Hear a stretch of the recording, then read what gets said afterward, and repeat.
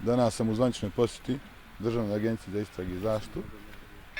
Danas me direktor SIP-e upoznao sa aktivnostima koje preduzimaju. Upoznao me šta su to prioriteti SIP-e u ovoj godini, šta je to što su uradili. Ono što je jako pozitivno jeste da me danas upoznao da je u ovoj godini SIP-a zaplijenila 269 kg kokaina, da je taj kokain došao preko luka Ploče, Rijeka i Kopar i da ta kokain dolazi iz Južne Amerike. Također me je upoznao sa prioritetima što se tiče terorizma, što se tiče ratnih zločina, što se tiče finansijskog kriminala, organizovanog kriminala.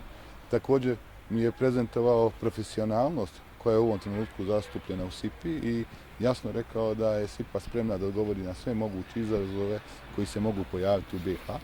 Također mi je zaparala jedna rečenica koju mi je rekao direktor, jeste da je BiH u ovom trenutku bezbjednija zemlja nego sve zemlje u okruženju, pa na kraju krajeva i mnoge evropske zemlje.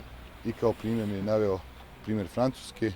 Imate situaciju šta se dešava u Parizu, imate kvartove u Francuskoj gdje francuska policija na neki način apsolutno ne ulazi.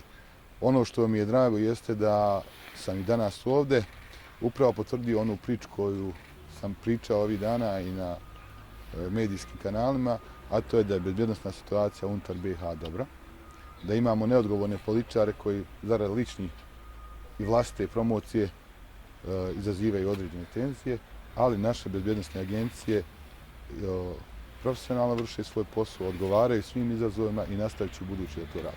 Također je napomenuo da ćemo u narednom periodu vjerovatno imati problem sa ilegalnim migracijama, jer se ilegalni migranti, odnosno migracije danas koriste za sticanje dobiti, odnosno formiraju se kriminalne grupe koje prevoze migrante iz tačke A u tačku B za određeni novčani iznos i to je nešto što će biti u budućnosti pred nama, a ja vjerujem u naše bezbjednosne agencije da će uspjeti to da riješe i da i dalje držimo pod kontrolom migrantsku krizu.